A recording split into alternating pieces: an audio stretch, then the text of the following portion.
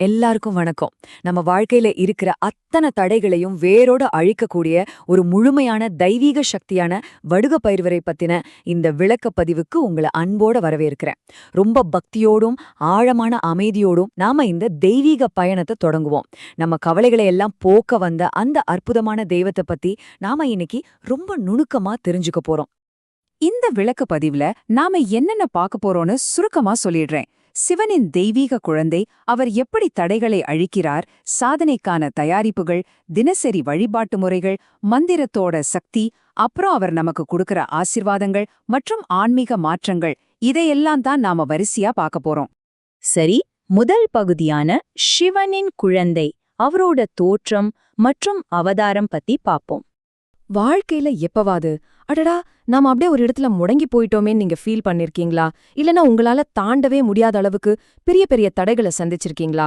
கொஞ்சம் யோசிச்சு பாருங்களேன். நம்மளோட தனிப்பட்ட போராட்டங்களுக்கும் நம்ம வாழ்க்கையில வர இருட்டான நேரங்களுக்கும் ஒரு தெய்வீக சக்தி நமக்கு எவ்வளவு அவசியமா இருக்குங்கிறது இது உணர்த்தது இல்லையா?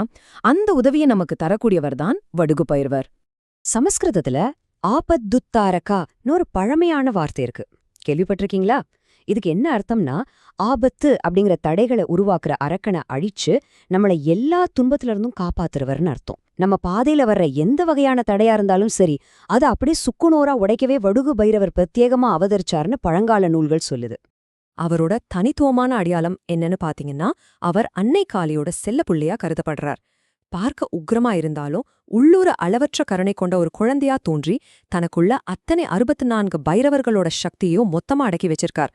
உண்மையான பக்தர்களுக்கும் ஆன்மீக தேடல்ல இருக்கிறவங்களுக்கும் வர்ற தடைகளை நீக்கி இவர்தான் பாதையை சீர்படுத்தி தர்றார். அடுத்து 2வது பகுதி, தடைகளை அழிப்பவர், அதாவது தெய்வீகத்தின் செயல்படும் சக்தி. இப்போ சிவபெருமானுக்கும் பைரவருக்கும் இருக்கிற ஒரு சின்ன வித்தியாசத்தை கவனிங்களேன். சிவபெருமான் எப்படின்னா, அவர் ஆழ்ந்த தியானத்துல உலகப்பற்றெல்லாம் தாண்டி அமைதியா இருப்பவர். ஆனா பைரவர் அப்படி இல்லைங்க. அவர் உக்ரமானவர், ரொம்ப சுறுசுறுப்பானவர். சுருக்கமா சொல்லணும்னா, பூமியில நம்மள காப்பாத்துறதுக்காகவே சிவபெருமான் எடுத்த ஒரு பாதுகாப்பான பவர்ஃபுல்லான வடிவம்தான் பைரவர். பழங்கால நூல்கள்ல இருந்து எடுக்கப்பட்ட இந்த பவர்ஃபுல்லான வரிய பாருங்க. எந்த ஒரு அமானுஷ்ய சக்தியும் உபாசகருக்கு எந்த தடையும் ஏற்படுத்தாம அவர் ஒருவரே தடுத்து நிறுத்துகிறார். உபாசகர்னா அவரை முழுமையா வழிபடுற பக்தர்னு அர்த்தம். தன்னை நம்பி வர பக்தர்களை சுத்தி அவர் எப்படி ஒரு அசைக்க முடியாத கவசமா நிக்கிறார் அப்படிங்கறத இது ரொம்ப ஆழமா புரிய வைக்குது. 3வது பகுதி, சாதனைக்கான தயாரிப்பு. இதுக்கான புனிதமான நேரங்கள் மற்றும் விதிகளை பார்ப்போம். இந்த வழிபாட்டை எப்ப செய்யணும்னு சில முக்கியமான விதிகள் இருக்கு. ரொம்ப உகந்த நேரம்னு பார்த்தா அதிகாலை நேரம்தான். அதாவது சூரிய உதயத்துக்கு கொஞ்சம் முன்னாடி, இல்லனா அந்த சூரிய உதய நேரத்துல சேருது. சாயந்தர நேரத்துல வழிபடுறது ரொம்ப சக்தி வாய்ந்ததுதான். ஆனா ஆரம்ப நிலையில இருக்கிறவங்க கண்டிப்பா தெரிஞ்சுக்க வேண்டிய ஒரு கடுமையான விதி இருக்கு. அது என்னன்னா, எக்காரண கொண்டும் நடு ராத்திரியில இந்த பயிற்சி நீங்க ஆரம்பிக்கவே கூடாது. அதே போல இதை தொடங்க ரொம்ப உகந்த நாள் தேய்பிரை அஷ்டமி, அதாவது கிருஷ்ண பக்ஷ அஷ்டமி ஆகும். பகுதி 4, தினசரி வழிபாட்டு முறைகள் மற்றும் பஞ்சதத்துவ அர்ப்பணிப்புகள். இந்த பஞ்சதத்துவ வழிபாடுங்கிறது ரொம்ப சிம்பிளான ஆனா ரொம்ப ஆழமான சக்தி கொண்ட 5 விஷயங்கள். 1, குங்குமம். இத பைரவர் படத்துக்கு வைக்கணும். 2, பூக்கள். உங்க பக்தியோட அடையாளமா நல்ல ஃப்ரெஷ்ஷான பூக்களை படைக்கணும். 3, தூபம். நல்ல வாசனையான அகர்பத்தியை ஏத்தி வைக்கணும். 4, தீபம். எண்ணெய் அல்லது நெய் ஊத்தி ஒரே ஒரு தீபம் ஏற்றணும். கடைசியா 5, நைவேத்தியம். ஏதாவது இனிப்புகள் இல்லனா உலர் பழங்களை சாமிக்கு படைக்கணும். அவ்வளவுதாங்க. இதுல நீங்க ரொம்ப ரொம்ப முக்கியமா ஞாபகம் வச்சுக்க வேண்டிய விஷயம் ஒண்ணு இருக்கு. வடுகு பைரவர் ஒரு குழந்தை வடிவம். ஒரு குழந்தைக்கு நம்ம முழு கவனம் எப்படி தேவையோ அதே மாதிரி இந்த வழிபாட்டு நேரத்துல உங்க மனசும் முழு உணர்வும் அவர் மேல மட்டும்தான் இருக்கணும். உங்களோட முழு அன்பும் கவனமும் அவருக்கு கிடைச்சா போதும், அவரோட ஆசிர்வாதங்களை ரொம்ப சீக்கிரமாவே உங்களுக்கு அள்ளி கொடுப்பாரு. அடுத்து 5வது பகுதி, மந்திரத்தின் சக்தி, அடித்தளம் முதல் தேர்ச்சி வரை. இதுதாங்க அடிப்படை மந்திரம். ஓம் பைரவாய நமக.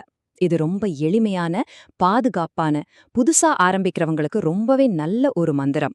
தினமும் ஒரு மாலா, அதாவது 108 முறை உங்களை நீங்களே வருத்திக்காம ரொம்ப மென்மையாவும் அமைதியாவும் இதை சொல்ல ஆரம்பிங்க. இதோட வளர்ச்சிய பாருங்கள.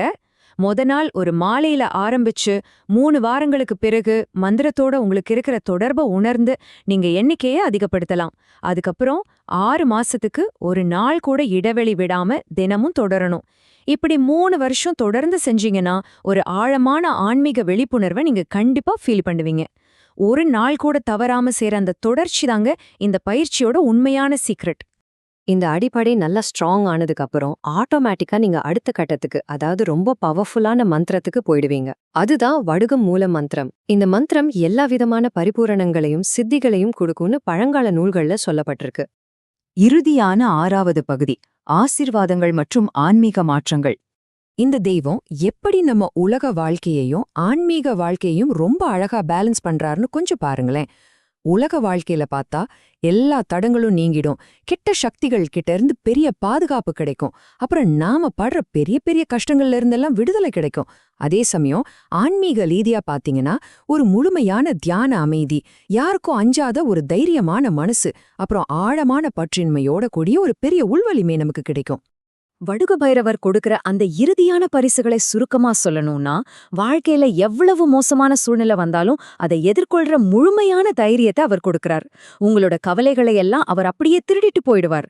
உங்களை இன்னும் மேலான நிலைக்கு கொண்டு போற ஒரு தெய்வீக குருவாவே அவர் இருப்பார். எல்லாவற்றிற்கும் மேல ஆன்மீகத்தோட உச்சமான மகாவித்யான்னு சொல்லப்படுற மாபெரும் தேவிகளை வழிபடுறதுக்கான கதவுகளை அவரே உங்களுக்கு திறந்து விடுவார். உங்க ஆன்மீக பயணத்தை இன்னிக்கே தொடங்குங்க. இறைவனோட அருளை தேடுற உங்க நண்பர்கள் அப்புறம் குடும்பத்தினருக்கு இந்த விளக்கப்பதிவை கண்டிப்பா ஃபார்வர்ட் பண்ணுங்க.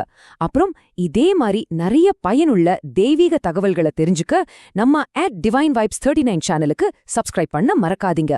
உங்க ஆதரவு எப்பவும் எங்களுக்கு தேவை. முடிவா உங்ககிட்ட ஒரு கேள்வி. இந்த தெய்வீக குழந்தை உங்க பாதையில இருக்கிற எல்லா பயத்தையும் தடைகளையும் முழுமையா நீக்கின பிறகு புதுசா விழிப்புணர்வு அடைஞ்ச உங்க ஆன்மா அடுத்து எந்த பயணத்தை நோக்கி போக போகுது? இத கொஞ்சம் ஆழமா யோசிச்சு பாருங்க. உங்களோட இந்த தேடல் உங்களை ஒரு உன்னதமான நிலைக்கு கொண்டு போகட்டும். ரொம்ப நன்றி.